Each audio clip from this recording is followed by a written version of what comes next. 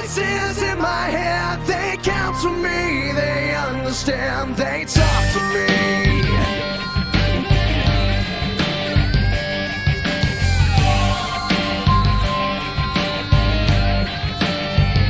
You got your rules in your religion, all designed to keep you safe. But when rules start getting broken, And just like that, we back. Run the front. loves to hate, I have a voice that has the knowledge and the power to your fate. I hear voices crying, I see heroes dying. Welcome back to our channel. This is episode 6 of At the End of the Day, Cocktails and Conversations. This episode is called Mental Health is Mental Wealth in honor of Mental Health May. So, we're going to get into it and talk about mental health, which is a very hard topic to talk about in the Black and Latino community. So we're going to touch some ground and cover some space and bring some awareness to what's going on in the community. Absolutely. But before we get into that, of course, I am Evolutionary L, and this is... Villainess Red Queen. Before we get started, we're going to go ahead and go right into our featured Black-owned spirit of the week. And before we do that, please don't forget to like, subscribe, turn your notifications on, and share. And don't forget to comment. We want to know what you think. And comment. We would like to know your feedback. We respect it. And we do respond back. And we do respond back. And well, maybe I respond back. I respond back. But this episode 6, is brought to you by Spectrims. Experience life in perfect focus. And you better know it again.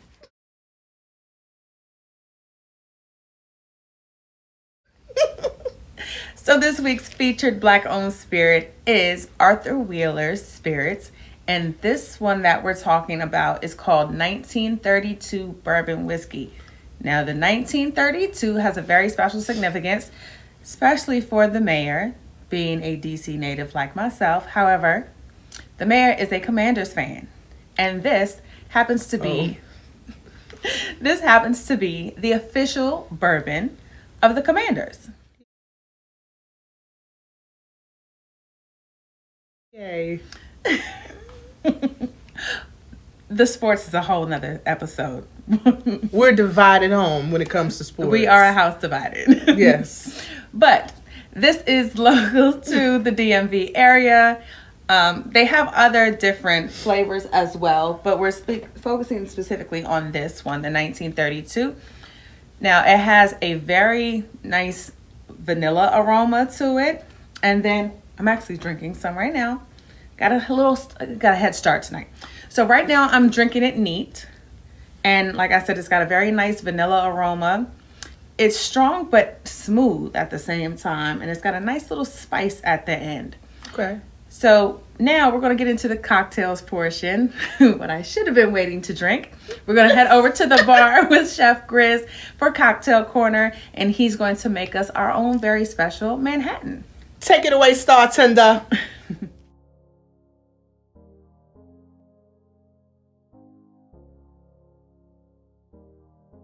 Welcome to VylanessTV. My name is Grizz, and today we're going to be making Manhattan.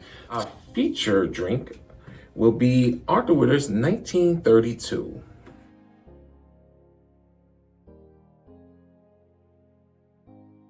Starting off, what you want to do is grab yourself a pint glass, fill it with ice. Doesn't matter how much ice, you just want to fill it with some ice. Then you're going to want to grab your bourbon. 2 ounces goes right inside.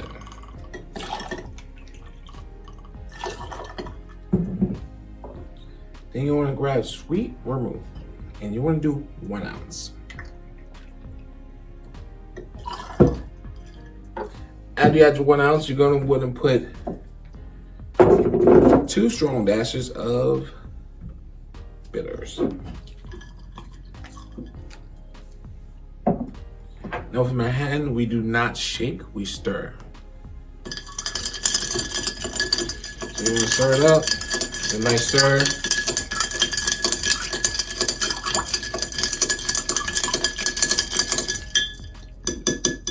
I'm not going to use the same ice. Instead, I'm going to grab my rocks glass and I'm going to put a rocks ice in it.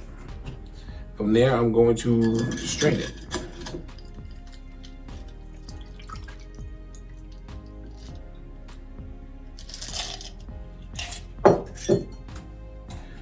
My choice of garnish is a cherry. If you don't like cherry, you can garnish it with an orange peel, orange wedge. Me personally, I like the cherry, I like the touch of the cherry that goes inside the drink. And we have a Manhattan on the rocks, featuring Arthur Willer's 1932.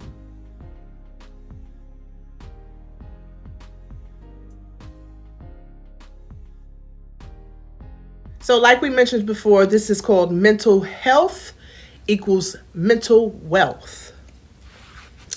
And a lot of us of color struggle with mental health illness and issues. And it's looked down upon, it's frowned upon in the community. And I'm not understanding why it's still frowned upon in the community in 2025. That's ridiculous because it does exist and it's life-changing. I was diagnosed with bipolar disorder at 19. I was diagnosed again at 25. And I was diagnosed with PTSD 2 years ago. So it's nothing to be ashamed of. I'm not ashamed. I'm not afraid. I'm in treatment. I'm in the best treatment. And I'm in the best therapy because of my husband and because of this woman sitting right here next to me. It is so important to get in treatment and not feel ashamed about it. That's a lot of the reason that people do not take their medication is because of the shame and the stigma. So we're going to dive into that as well. Yeah, a lot of the stigma is, oh, that's for white people. We don't have that, you know. Right. And we just write stuff off as, or our relatives or our friends, oh, they just crazy. Yes, and I hate that. And there's different levels to mental health. You know what I'm saying? There's different things, like you mentioned your bipolar disorder, which is becoming, the light is being shown on that a little bit more these days. Yeah. Then you have your schizophrenia, you have anxiety disorders, you have PTSD, depression. There's so many different things out there. Yes. And unfortunately, in our community, it's still that stigma. And, you know, before you would just, you know, have Uncle Pete or whoever up in the attic. That was, you know, considered crazy. And Uncle Pete is not crazy. Uncle Pete is dealing with mental illness, okay, which needs to be addressed by a physician or a therapist. Yeah, a lot of it can be treated with, like she said, therapy, the right medications, because a lot of it, especially things like bipolar disorder, schizophrenia, and depression, are chemical imbalances. And it's running rapid amongst Black men. Yes, and that's something that I have taken a personal interest in recently, after watching another podcast that's very popular, listening to a lot of Black men who are athletes and actors, that are starting to voice, you know, their issues and struggles that they've had with mental health. Right. And, you know, it's like, you know, I'm married to a Black man.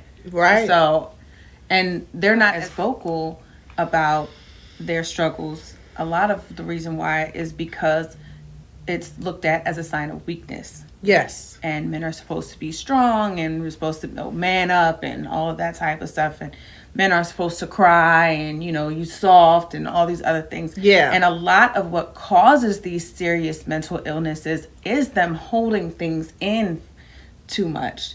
And then it starts to manifest itself, you know, in those different disorders.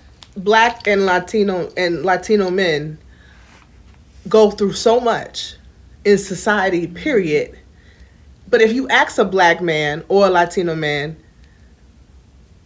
what's wrong? It's usually nothing. I'm good. I'm good. Ain't nothing wrong with me. I'm good. I got it. So it's this tough exterior that they have to put up. They have to put this wall up between them and whoever's on the other side of that wall. And that's not dealing with the issues, though. So like she said, those issues sit inside you, and they're not being dealt with, addressed, or handled professionally.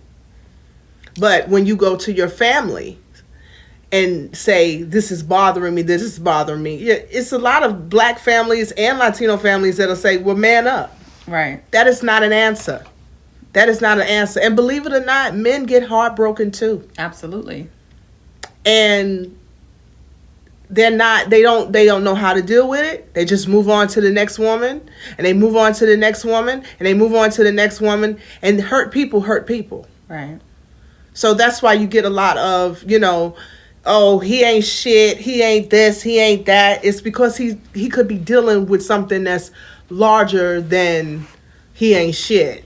Don't get me wrong. There's some ain't shit niggas out here. there. Yeah. My husband is the healthiest man I've ever been with. Wow. Mm-hmm. That says a lot. My husband is the healthiest person I've ever been with. Yeah. He didn't come in the picture and trigger me. Mm-mm. I told him what was going on with me up front, maybe day 3 of us knowing each other. Yeah. He accepted it. He got educated on what I was going through. And then he came with a solution. Yeah. And the solution worked because I've never felt better.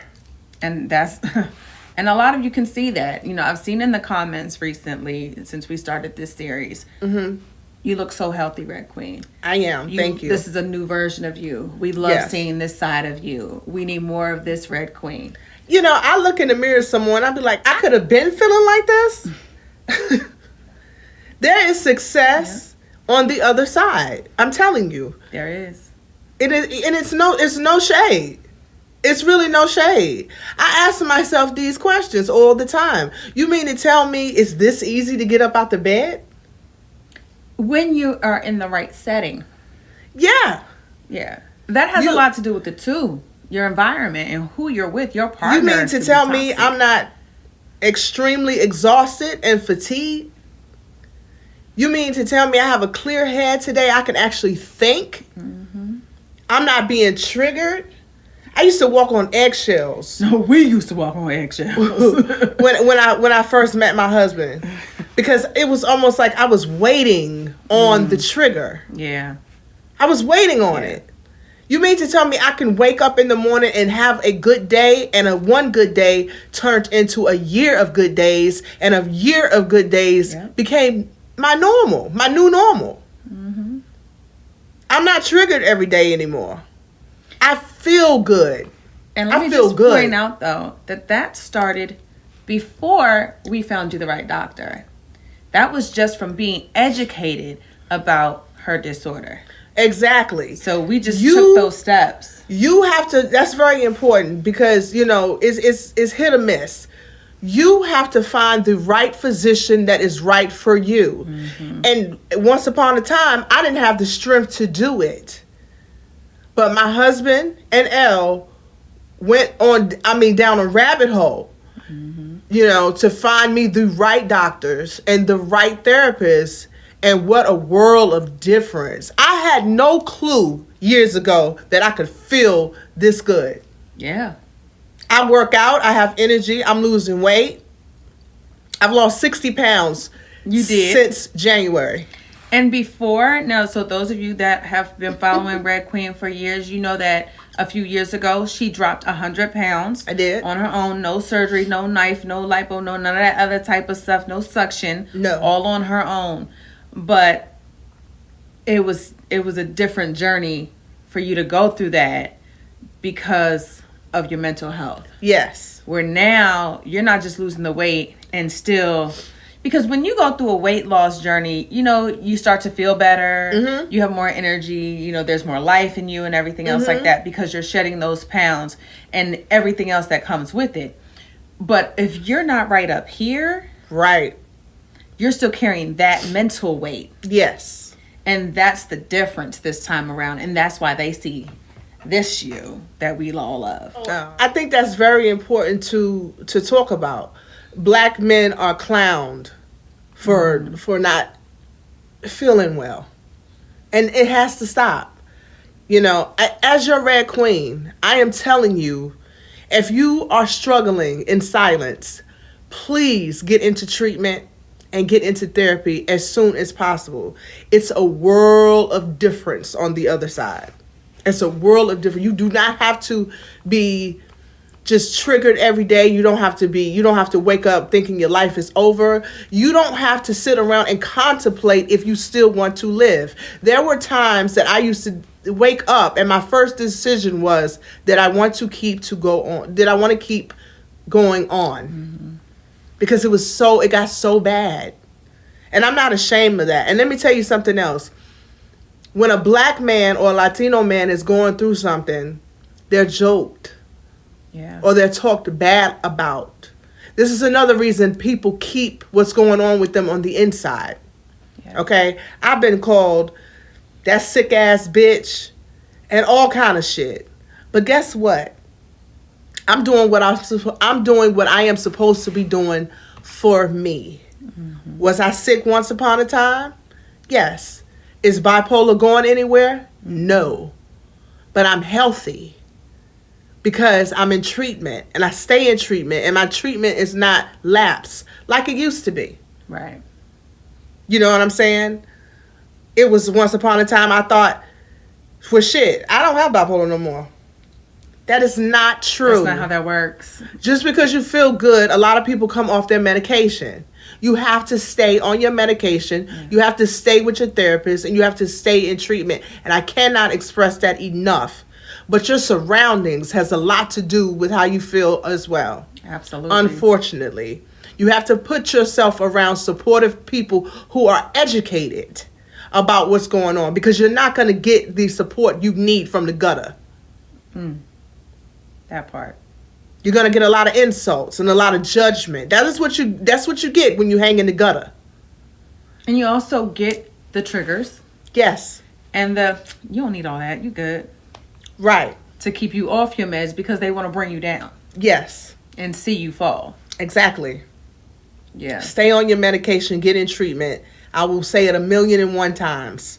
And no, it's not easy to clown me because I'm not ashamed. At all.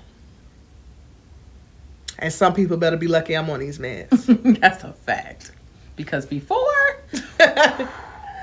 yeah. Ooh, talk about it. Now, initially, I wasn't going to talk about this, but I feel compelled to address something that I've been struggling with for, I don't even know how many years. But I'm undiagnosed and unmedicated, but I do know... No, I mean like that. Been there. Right. But I do know that I have some serious anxiety issues. Some of them I know what the triggers are and what started them.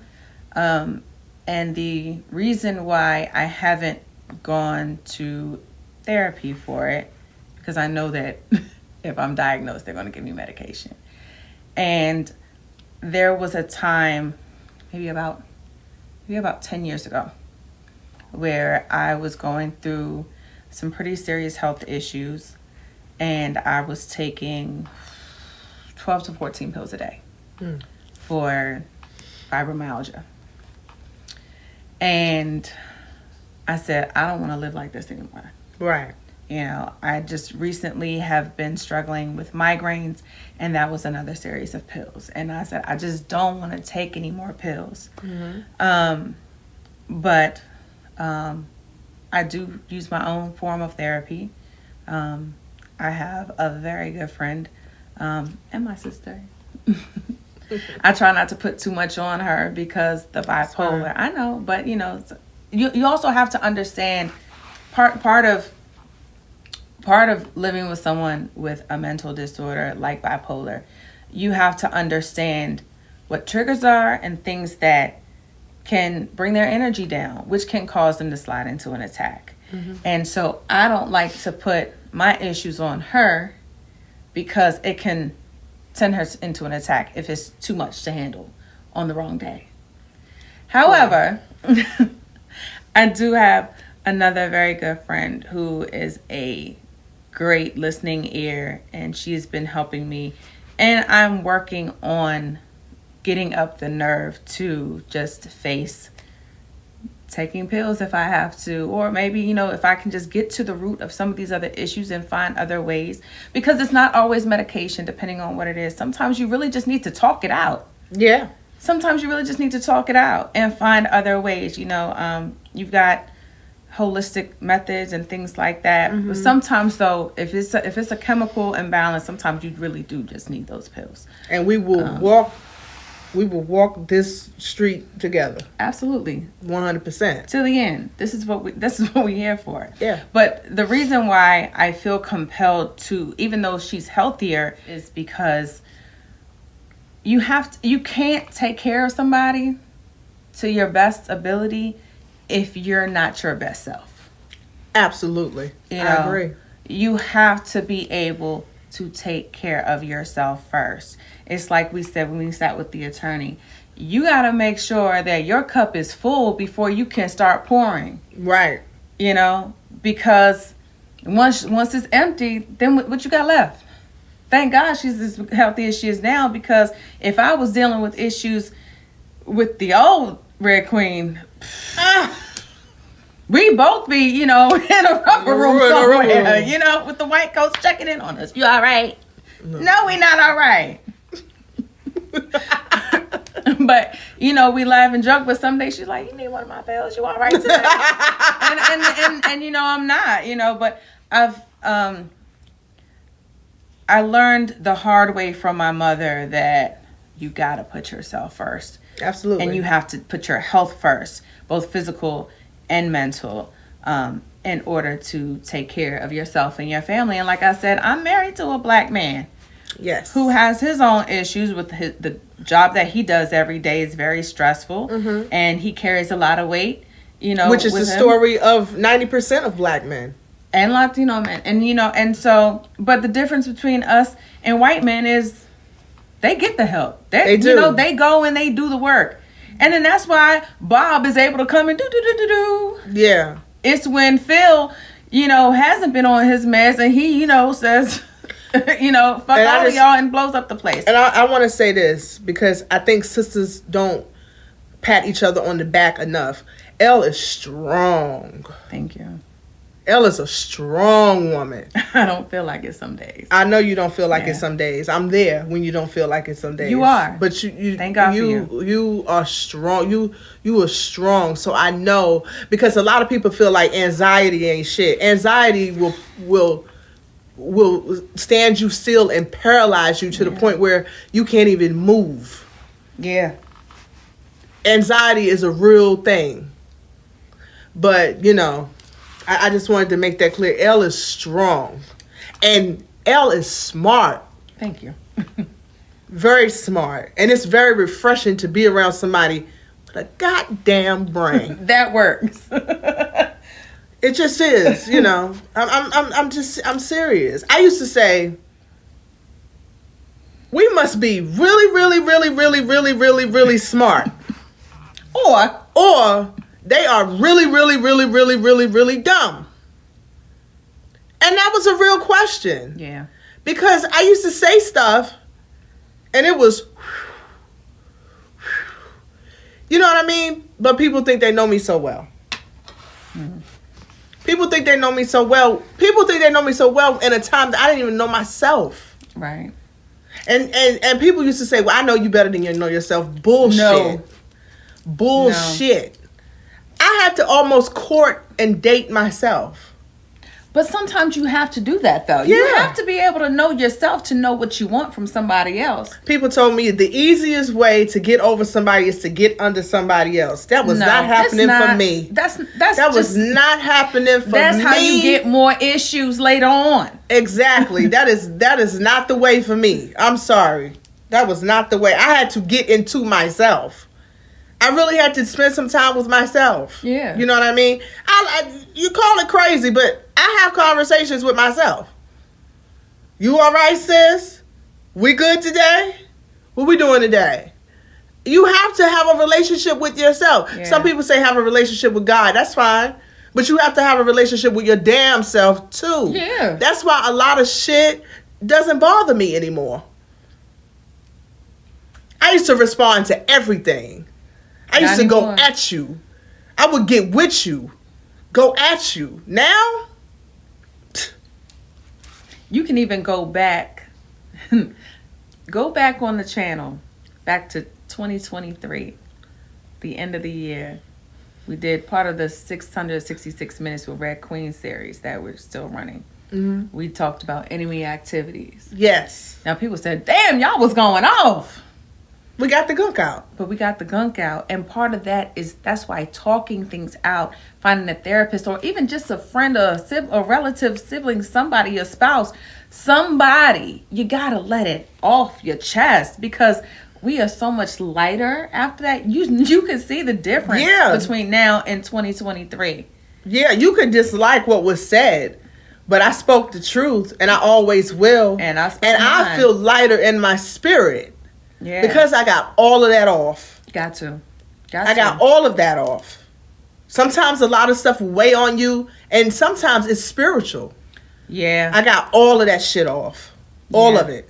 So a lot of times when these non-factors are talking shit, I don't pay that shit any mind anymore. Can you believe I just said that? So earlier you said something about us as women not patting each other on the back enough. We don't. So there was something I was thinking about on my way into work today. And, you know, you're going to be like, Elle, where you going with this? But trust me, it ties in. Okay. So now, I'm not a religious person. I'm not no Bible thumper. I'm more spiritual than anything. But just follow me. Okay. Now, the Creator put the woman here to be man's helpmate, right? Mm-hmm. So, whatever story you follow, man was created from dust, dirt, clay, whatever, depending on which story you follow. So let's use clay though, because it fits better in this scenario. So clay is malleable. It can be molded and crafted and everything, right? Mm-hmm. So that's what man was made out of. But when he decided to create woman, what did he use? What did he use? A rib, a bone. But not just any bone, the rib. Right. Think about your rib cage, right? Mm-hmm. What's underneath it? Your heart. And what else? I have no clue. Your heart and your lungs. And your lungs, yeah, I was asleep. Two things that you absolutely need to live. Because your brain can be dead. But everything, if you got your heart and your lungs, your body can still survive. Your ribs protect life. Right. Okay, now so you still thinking, where the hell are you going with this? No, I'm not thinking that, because I know. No, because they're like, where are you going with this? What does this have to do with mental health? Now, think about a bone. It's strong. Right. Now, it can be broken, but it has the power to heal itself. Yes. Right? Mm-hmm. So women, we are created to be strong and heal ourselves and protect life. So why are we always tearing each other down? It's innate for us to protect other people. Right. And to heal other people. Mm-hmm. But we can't do it for ourselves. Right. Not even just, one another, but ourselves. Absolutely. I just talked about how I'm struggling with getting help with my anxiety. Oh, we're going to get you some help. But, so, Fawn Weaver. Because I wouldn't be here if it wasn't for you. And the same goes here.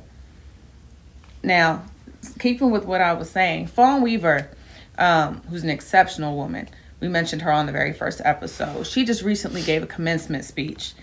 And she said that as people of color and women, we make up 70% of the United States and 92% of the world. Right. Now, just imagine that we are really the majority. Imagine the amount of power that we could have if we were good up here. Very true. So that made me think about this whole discussion about mental health, because we've mentioned so many times how Black women especially tear each other down so much. And the thing is that, ladies, when you sit there and talk bad about somebody, especially to them, Right. you have no idea what she's dealing with. Exactly. And you could be, you know, that girl could be suicidal. And you say the wrong thing and boom. And then you go talk bad about it, like, you know, that girl killed herself, da-da-da-da-da. Yeah. Or you be fake and say, oh my gosh, she was such a good person. But you was just talking shit 2 days ago. Right. But, I mean, and we have our own insecurities. You know, people, even up till recently, used to talk about, I used to, in my late 20s, early 30s, I had some serious acne, but that was mostly due to stress. And people used to come for me. And I was still dealing with childhood insecurities. And that used to eat away at me. And that put me into a state of depression. Right. You know, which explains my ex. Anyway, but that's another episode that we talked about later. Before. So where I'm going with this is, instead of tearing each other down, uplift one another. Because then, if, like I said, if you are not your best self, then we can't help anybody else. Right. And we need these strong Black and Latino men, yes, to be good. Right. We want them to take care of us and everything else like that. These are kings. Yes. And we need them to be their best selves. But in order to, not all of them. The good ones are. Right. I'm just saying, not all of them. But we need them to be good up here.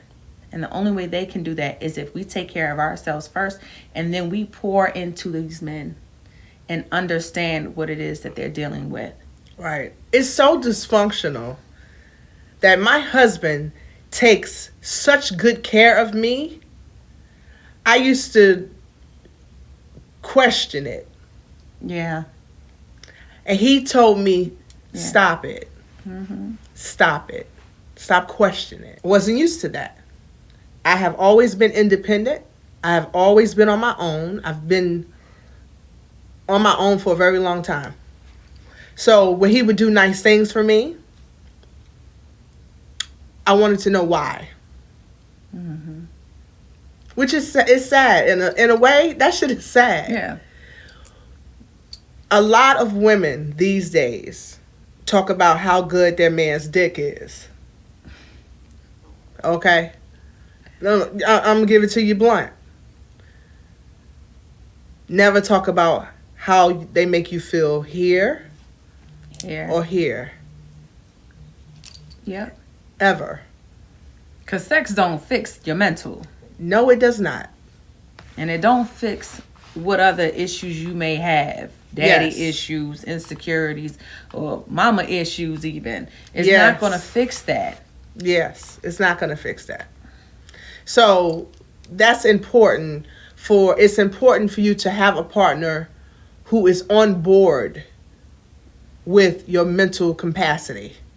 That is so important. And I learned that lesson the hard way. Not to take anything from anybody, but I learned that lesson the hard way. Your partner has to be 100% on board. There is no judgment with my husband on my bad days. No. At all. And you know why? Because he's educated. And again, I know you guys have heard me say that before, but it is the absolute truth. And it's so important. It's so important to know what your partner is going through. And just to touch on what you just said. And not just brush it aside. Right. Like it's nothing. Yeah, and to touch on what you just said about how, you know, people don't talk about, you know, or women don't talk about what their men do for them mentally, emotionally, even spiritually. Yes. And that was one of the issues that I had early in my relationship, right? I'm not afraid to talk about it because marriage is not easy. You know, we all go through something. No marriage is perfect. I don't care who you are. Exactly. Okay. No relationship is perfect. Relationship is no perfect. friendship is perfect. I don't care what you got on Instagram, everything else like that. Everybody's just showing their highlight reels. They're not showing you the behind the scenes footage, okay? Marriage is not easy. And nobody ever said that it would be. The struggles is what makes your marriage stronger and Yes. makes you grow together. Yes. Now, my issue very early on was that I was so focused on my husband is amazing. He does this, he does that. He's loving, he's caring, he takes care of me. Because I just wasn't used to that. I had come from 18 years of assholes. To 10 years and then 8 years right behind that of, just not that. Right. And so I was so focused on, oh my God, my prayers have been answered. This is the man literally the man of my dreams, that I lost sight of what am I doing for him. And that's very important. You got to be able to listen and speak life into your husband and your partner. I'm not just going to say husband, but your partner, and be able to understand if they have triggers or whatever the case may be, and just because you haven't seen them all day and you want to get everything out doesn't, you got to be able to read your partner and be like, is this the right time for this? And that was a lot of the things that I struggled with early on. And again, that's part of the trauma that I had experienced. That's where your anxiety stems from. That's part of it. There's some other issues, but that is part of it. That's the root. It was the growth of it. Yeah. Because I have other little things that, anxiety things like clutter is a thing, and I know exactly where that comes from. Yeah. But, but you have to be able to take a step back and remember that it's two-sided, and you have to be able to not just take in what your partner does for you, but make sure that you are are able to pour into them as well. Absolutely. And that's another reason why I've been taking men's mental health so seriously lately. So, yeah. Once upon a time, I was in a situation that I needed to lean. I'm always there for people. At least I try to be, right? But I needed to lean, and I needed to lean hard. I'm no longer in that situation, but when I got out of that situation and I told Elle about what was going on, one of the first things I said to Elle was, Elle, I'm dying. She did. And I said, not on my watch. Because that is how bad I was suffering up here. I didn't know how long I really had. It was bad. It was when she talked about that dark place early on in this series.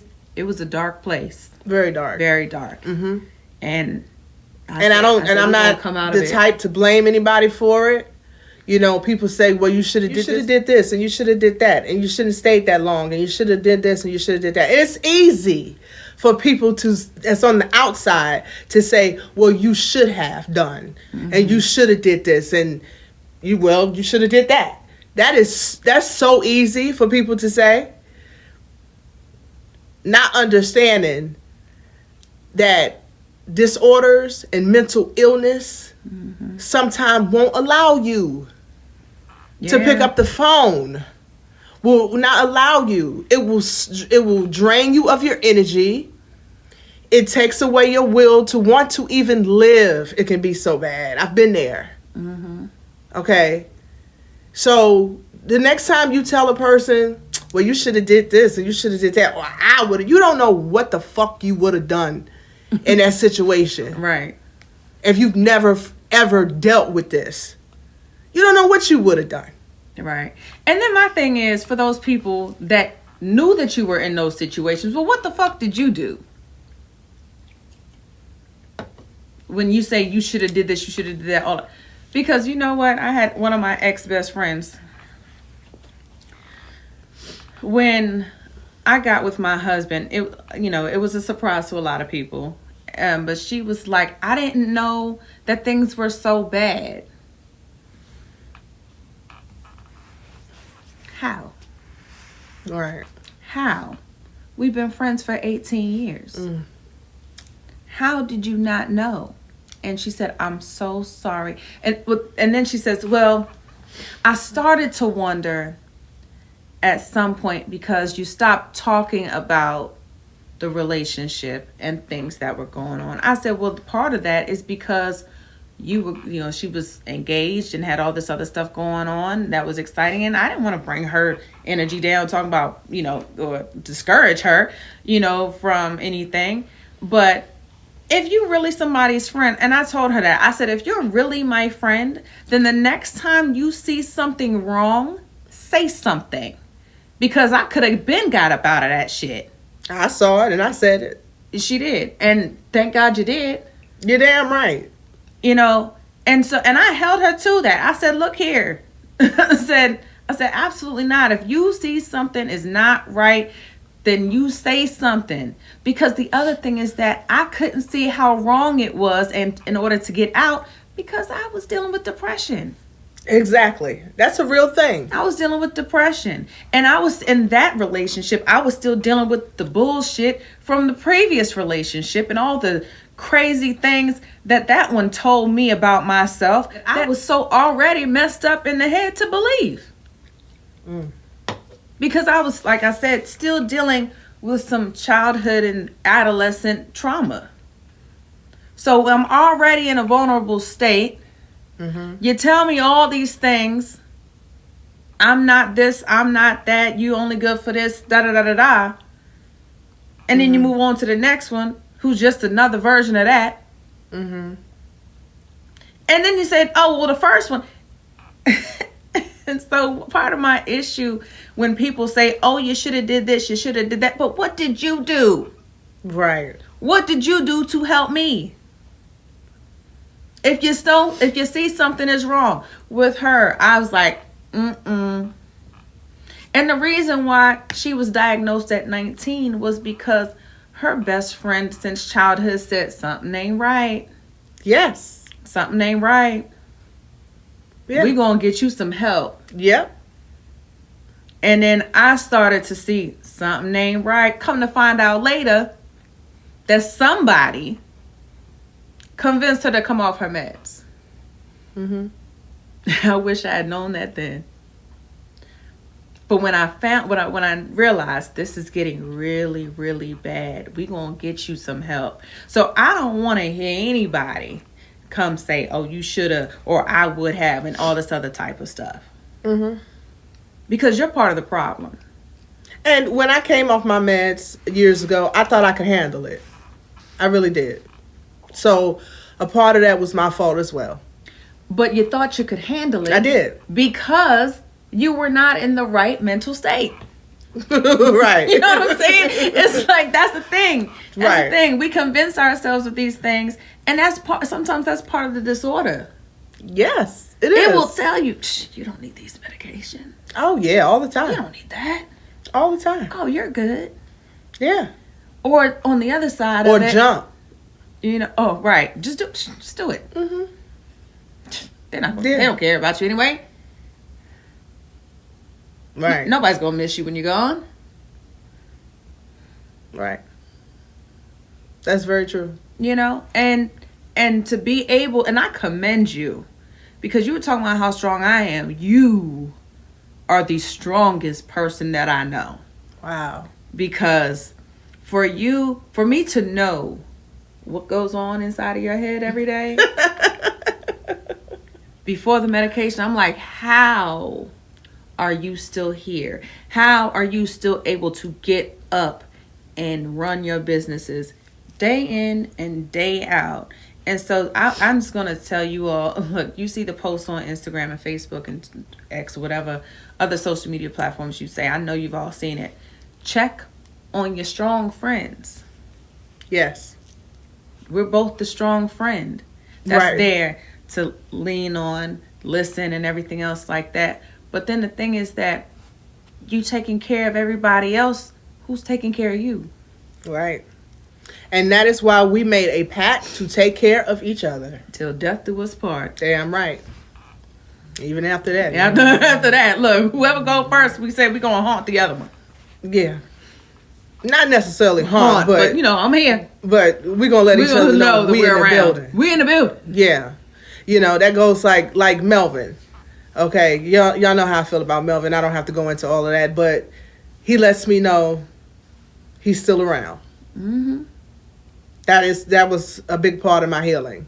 Yeah. He came through like no other when I thought that this side was over for me. And he let me know, I'm still around. And you have not completed what we talked about. It's not your time. So yeah. Yeah. So that's why it's important to pay attention. You know, we get so self-centered and we're so in our phones and in these screens. You know, you have to connect with people. Stop judging. That part. Because if somebody went in your closet, or if somebody discovered something that you was not talking about yourself, what would they find? Stop judging. Yeah. Thou shalt not judge, for you Lest Bible you be buffs, judged. right? Stop judging. Yeah. It's cost zero to be kind. And I can't even believe I'm saying that. 'Cause That's how you know that this medication is working. yeah, it costs zero. I've never been the woe is me victim type. I won't ever be that. Okay? I say it often. I am a villain. Okay? And I am my villain's keeper. And I had to be one facing this disorder. I had to say, okay, let's get it. But I had to make sure that I have to do what I have to do to keep it at bay. Right. And like I said, it's no shade and it's no shame. No shame. Say what you want. I feel great. Yeah. And from what I'm seeing in the comments, people said it shows. It does. It absolutely does. 100%. Yeah. Thank you. You know, so. And also, let me say this.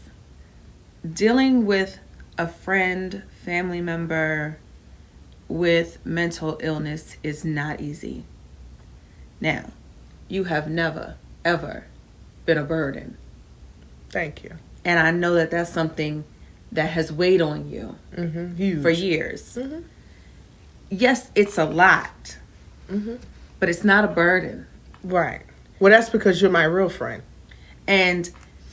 But what you have to understand, like I said, make sure your cup is full.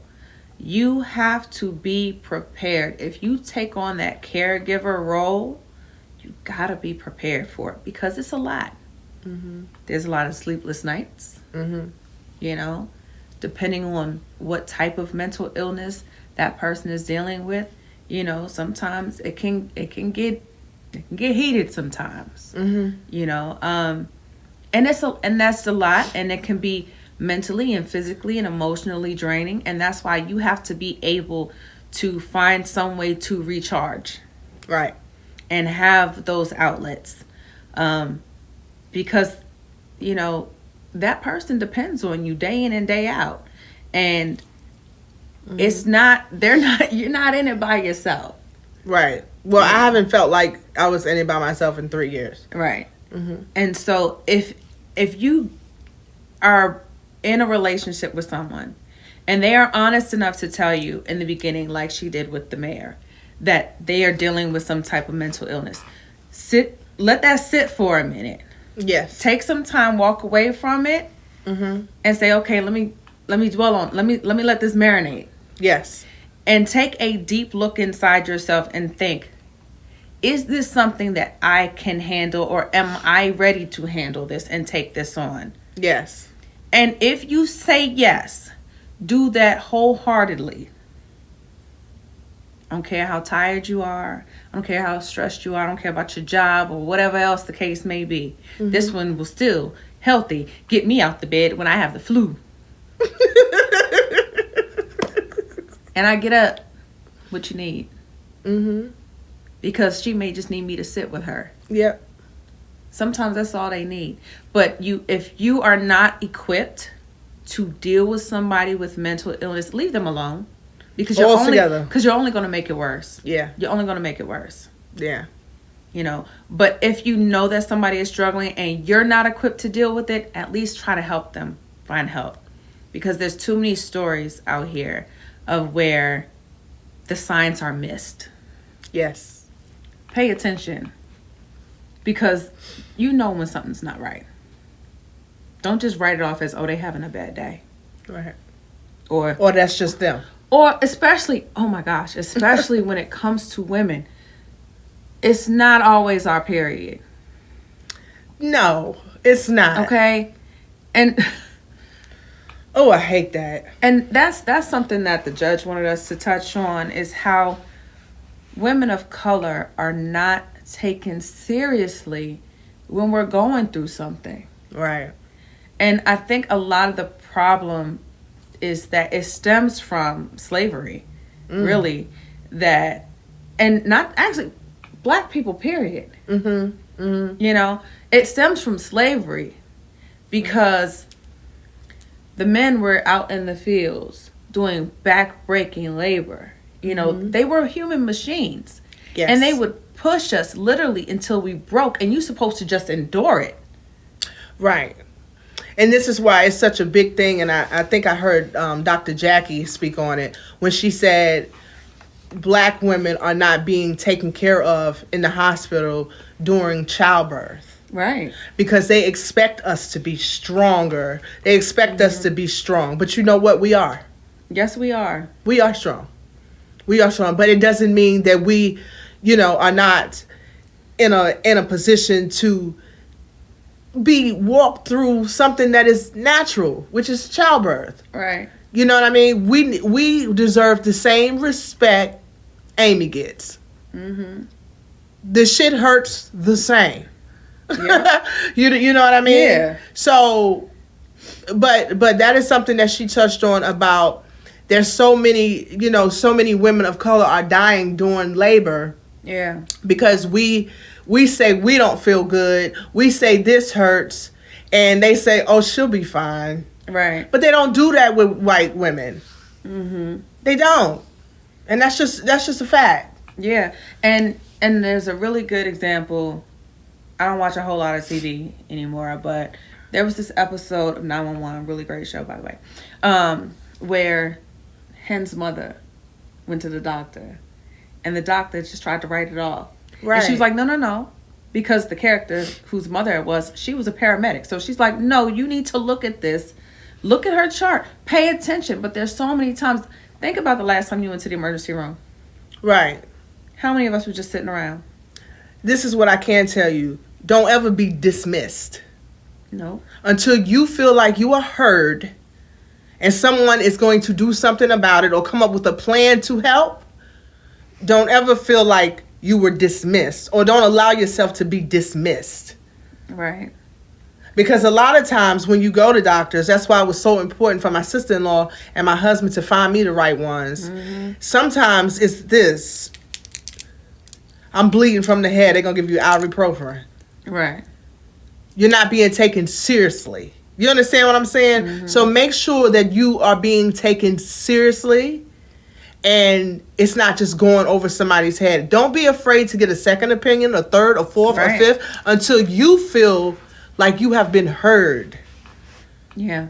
Period. And it's also very important to be heard in your house. That part. Because your house is your safe place. Your home is your safe place. It should be anyway. It should be. I have people in my life who have set the bar really high in the last couple of years. My husband has set the bar really high for how I accept to be treated. I'm not going to be treated any kind of way because he doesn't treat me any kind of way. For things that I accept in my life and things that I won't accept, even down to how I'm spoken to. Mm-hmm. My husband has set that bar really high. Elle and my friend Boogie have set the bar really high when it comes to expectations of friendships. Mm-hmm. That bar was really high. And like I told you, me and Elle didn't start with a foundation. Mm-mm. But she has worked to set that bar really high. And I hope that I have worked to set that bar really high for her so that things won't come in and distract her, or she feels like she has to accept the bullshit from other women or other men. Oh, I don't like anybody, so there ain't nobody else coming in. They don't talk about that. Well, I hope I have set the bar. You have. That's why. Because you set the bar so high that it's like, yeah, I'm wasting my time with a lot of else. stuff, I'm very friendly, believe it or not. I will talk to you. I will give you an opportunity. I'll give you a chance, but I'm not interested in doing anything part-time, and it's no shade. I'm just not interested in doing, you're either with me 100% or you with me 0%. I don't have time. So let me just say that on top of that. So if you somebody that's in this circle or on the outskirts of this circle, if you got 1 foot in and 1 foot out, take the other one out. Just get out. Take now. the other one out. Yeah. I don't have the energy or the time or the space for it. Yeah. I really don't. And this is another thing that I stopped doing in 2022. I stopped asking my friends for support. I stopped asking them to repost my shit. I stopped asking them to refer me to people. I stopped all that shit. Well, because a real friend would just do it anyway. Right. I have a friend that is starting a sunflower seed business. And she's very new to the business world. Even though she has a bachelor's degree in business, she's starting her own business. I hate sunflower seeds. I banned my whole team from eating them. I will support her. I guess I'll be chomping on sunflower seeds because you won't be, but you give notes. If she because she wants me to be in like commercials and things like that, and I'm gonna do it. But that is my friend. That is her dream. To the point where she's right now studying flavors, sunflower seeds. She asks me for ideas of flavors. We may come together and do a few flavors together. Okay. I will be there for her. She doesn't have to ask because she is my friend. The team will be happy. And I said, girl, you ain't shit but my karma, because I hate sunflower seeds. But I will be in her corner. I promise you that. And that's all it takes. And to be in somebody's corner and supporting them also means taking inventory of all it takes is a simple good morning. Yep. How you been? If somebody gets quiet, recognize that they get quiet and don't just be like, oh, well, I know you busy, da-da-da. No. If you're used to talking to somebody on a regular and they just up and get quiet, check on them. Yes. Check on them. Mm-hmm. I had a friend, somebody that we reconnected recently, and they said, you're the only one that checked up on me when I got quiet. Because I recognized that. Mm-hmm.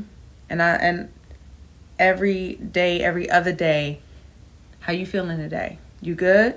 Mm-hmm. What them demons talking about? Mm-hmm. What fight we fighting today? Mm-hmm. All right, what we got to do? Mm-hmm. And it only takes 5-10 what minutes the demons a day. Talking about like that. It only takes 5-10 minutes, and because you really don't know the impact that you can have on somebody's day. Right. You could be that saving grace, for somebody. And you just have to really know who you're around. And if you're not going to be the type to check on somebody, let people know. Because, sometimes people like, oh, Elena, I need da-da-da-da. Whoa, I'm not that friend. I'm not that friend. Don't come crying to me on all my show. Mm-mm. Right. I can't be that friend to everybody all the time. And so you have to also set your boundaries. Yes. But you know when something's off. You know when something's off. So I choose to let it stay off. It's my choice. You know when something's off with somebody. So yeah. Check on your friends. Yeah. It doesn't hurt anything. If it's not something that can be worked out, let that shit walk right out the door. Right. You'll be okay. You will be okay. I promise you. I hope you guys have really viewed this episode and learned something. If you walked away with just a little bit of what we were trying to say and what we were explaining, then our job here is done. So with that said, this was episode 6. Mental health is mental wealth. Be sure to like, subscribe, comment, share, and turn on your notifications for much, much more. We have one More episode to go.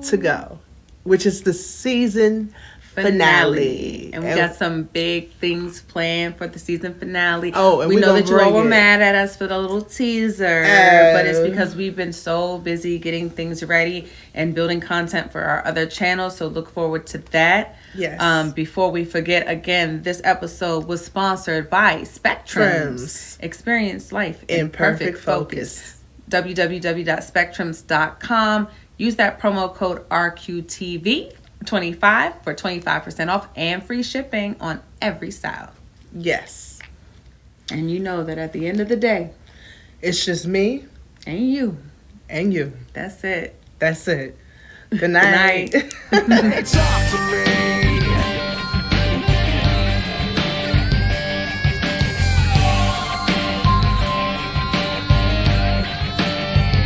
You got your rules and your religion, all designed to keep you safe. But when rules start getting broken, you start questioning your faith. I have a voice that is my savior, hates to love and loves to hate.